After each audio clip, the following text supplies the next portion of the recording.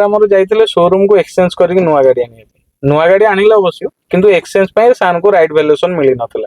सेथिबे हमो कांटेक्ट करथिले आमे आसी सान को देथिबा टाइम हिसाब पहुंचल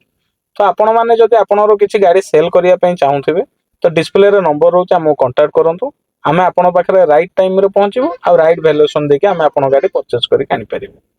तो एथि पई जमा भी टेंशन नहीं तो देखंतु आमे केमति क्विड रो इंस्पेक्शन करथिलु तो प्रथमे गाड़ी रो इंजन कंडीशन देखिथिलु इंजन कंडीशन ठीक ठाक थिला देन आमे बॉडी रो स्ट्रक्चरल पार्ट आ कलर चेकअप करथिलु कलर चेकअप आ बॉडी रो स्ट्रक्चरल पार्ट जेतोले चेक करथिलु हमु सब दिन ठीक ठाक लागिथिला स्ट्रक्चरल पार्ट सब तो ठीक थिला किछि भी पार्ट रिप्लेसमेंट हे नथिला आउ कलर देखिया बोले पूरा टोटल गाड़ी ओरिजिनल पेंट रे थिला पूरा फास्ट कंपनी पेंट रे आ टायर कंडीशन भी देखि पारथे पूरा चारटा तो टायर पूरा ब्रांड न्यू कंडीशन थिला आ केवल राइट साइड बम्पर कॉर्नर रे छोटो स्क्रैच थिला जोटा के मैनेजेबल चलिबो आगे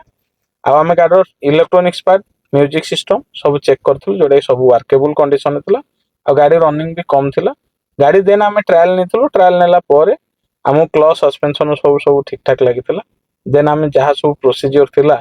सब हमें काम सारी की गाड़ी सानकोटू परचेज कर सारिछु